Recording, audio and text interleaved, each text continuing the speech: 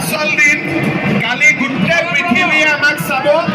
আৰু সেইকাৰণে মই সকলোকে অনুৰোধ কৰিম আজি সোনকালে আপোনালোকে ডিনাৰ কৰক আৰু সোনকালে হোটেলত যাওক কালি